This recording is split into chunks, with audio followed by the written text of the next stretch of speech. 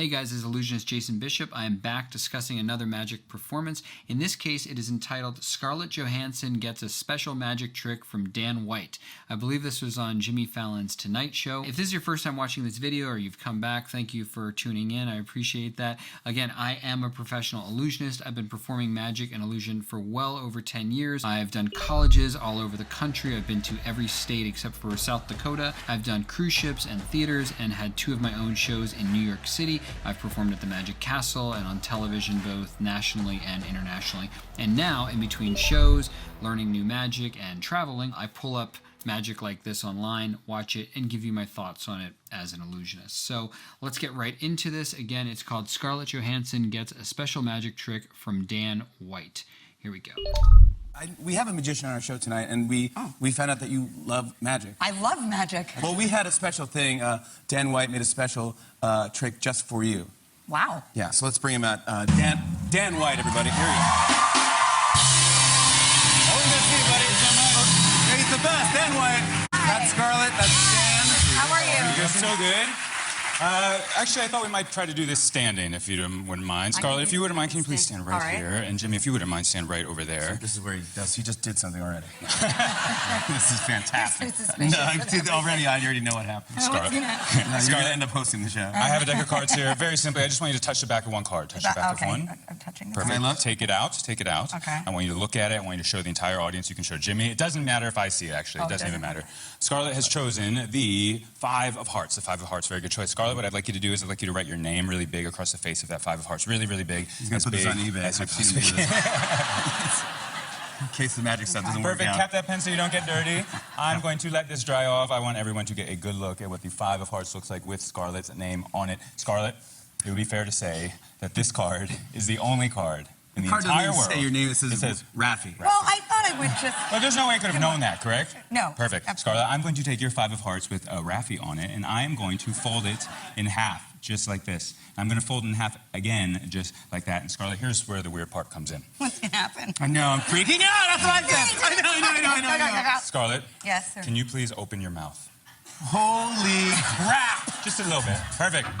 And Scarlett, can you please bite down on your card and hold it there? Okay. Perfect. Scarlett, we're going to take the next card in the deck. Next card is the 8 of spades. The 8 of spades. We're going to go through the whole deck. Of spades. You got that Sharpie? Where'd that Sharpie go? Here. Scarlett, I'm going to take that Sharpie. I'm going to do the exact same thing with the 8 of spades that you did with that 5 of hearts. I'm going to write my signature, my name, really big across the 8 of spades. The 8 of spades with my name on it. Give me that cap. I'm going to cap that pen. Fantastic. I'm going to do the exact same thing with that 8 of spades that we did with your 5 of hearts. Fucking lost the life on I'm going to take the 8 of spades. I'm going to fold it in half and fold it in half again and again. The 8 of spades goes in my mouth. Jimmy, can you grab that pen one more time? Oh, God. Watch close. I don't want to touch the card. He's going to eat the card. Oh, here? Don't.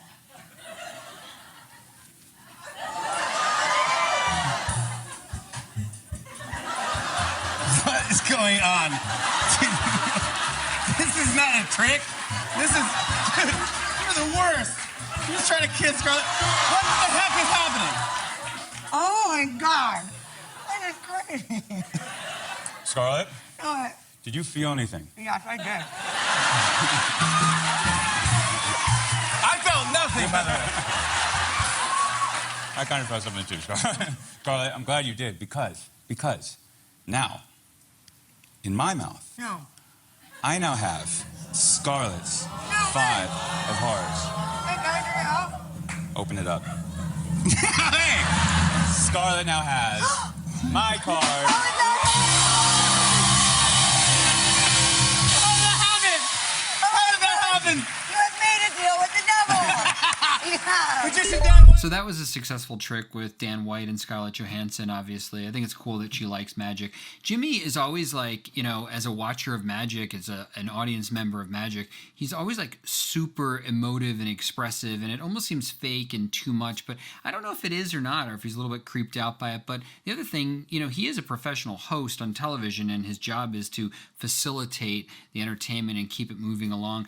And I think he does something that Johnny Carson was really well known for, too. he makes his guests look good. A really good host is funny and entertaining and interesting, of course, but they're also a good foil for their guest as well. So Jimmy makes his guests look good. Johnny Carson used to do that as well. He didn't have to step on somebody or absolutely be the center of attention. He could let somebody else shine. He could set them up for the joke. And I think Jimmy does that, and he creates a really fun atmosphere with people. So I think that's something to learn from Jimmy as such. Dan's magic was really clean. He wasn't, obscuring and hiding things in any unnatural ways. He folded the cards very cleanly and clearly. His directions were straightforward. It wasn't particularly confusing or anything like that. I think the pacing took a little bit longer than I would have liked to have seen. Certainly when the fog came out of his mouth, that steps it up a little bit. And that's something I really enjoy seeing as a magician who, you may anticipate the plot of the trick, where it's going, where it may end, but somewhere along the way, whether it's the middle or the end, they change something up and it surprises you. And as audience members, perhaps who have seen a lot of magic, whether that's in a corporate setting or in Vegas, you do sometimes really want to change something up so that people don't necessarily expect where it's going. You want to, deviate the plot of the trick or the end of the trick or the middle of the trick, like I said, to make it unique and unexpected. And perhaps you land where, in the end, where people expect you to land, but somewhere along the way, there's something that's refreshing and different and new and feels different and feels new and feels a notch above, and certainly smoke coming out of your mouth. And smoke is a really great addition to magic as an indicator, like a flash of light or a glowing light, or obviously smoke in this case. Smoke would indicate something like sublimation, where a solid instantly turns into a gas, right? It skips the liquid stage and goes right to gas. So an object, like dry ice, that sublimates. So if you had that sitting on a table or something like that, it doesn't melt and turn to a liquid first, it goes right to a gas.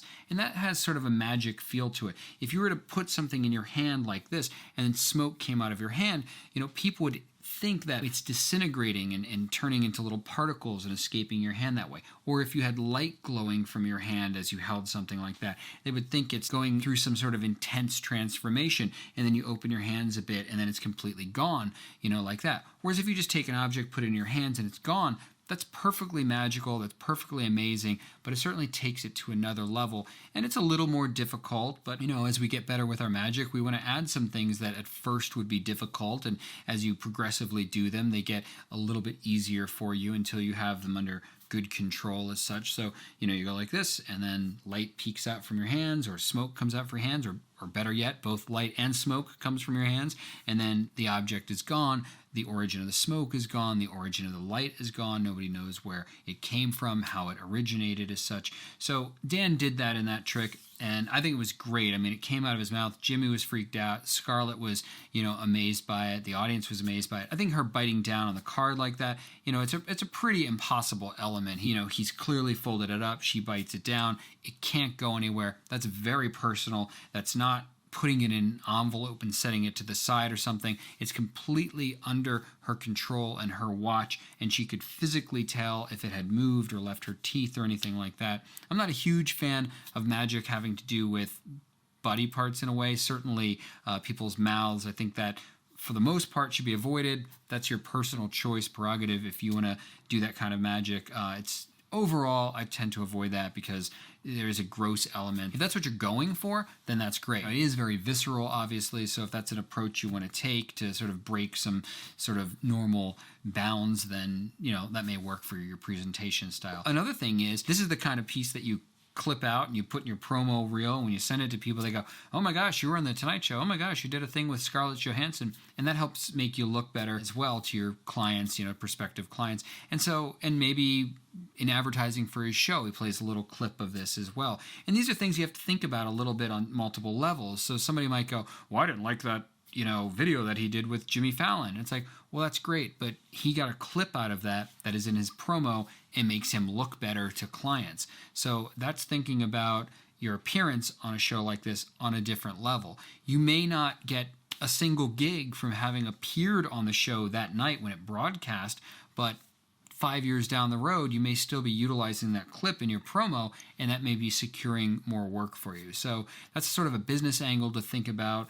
your appearances on television. You know, you want to grow your reel, your promo, your demo video so that people want to have you at their event. They want to go to your show. They're intrigued. They're interested. They'd like to see the person who amazed Jimmy Fallon and who amazed Scarlett Johansson. So, you know, sometimes you do things not for one particular reason, but for a few different reasons, and they can hopefully aid your career in different ways, actually. I've never seen much of Dan White's work. I've heard some good things about his show in New York City. I haven't gotten to see it yet. I know it's a little bit different than, you know, a standard illusion show or magic show. It's more intimate. And I think, you know, the intimacy of magic sometimes can really have a lot of impact, that people are sitting close and you've elevated your magic to a really impossible level, and the proximity just blows them away. They can't really believe that you're doing these quasi miracles, you know, at this close proximity to them. But I'd love to check it out in New York sometime. Hopefully I'll get up and see it. So best of luck to Dan White on his stuff. And thank you guys so much for watching this. I appreciate it. If you do want to learn magic, or you're an amateur professional magician and you need something new for your show, or you want to learn a new technique or get a good book or video or some sort of a prop, there is a link below for Vanishing Ink. This is an online magic store, of course, that has magic for beginners, intermediate, and advanced magicians. I go there quite often and look for ideas or for videos to download or techniques or even some new props that I use in other videos that I make. So check out Vanishing Ink. That is an affiliate link, so if you purchase anything there, I do get some tiny percentage from what you purchase. So if you like these videos, you can buy magic there, and it helps me out a little bit as well. So thank you guys so much for watching this. I do appreciate that. If you enjoyed this video, destroy the thumbs up button. If you'd like to see more videos like this, then hit the subscribe button. And if you want to get notified, then hit the bell to get notified. Thank you guys, and we will see you in the next one.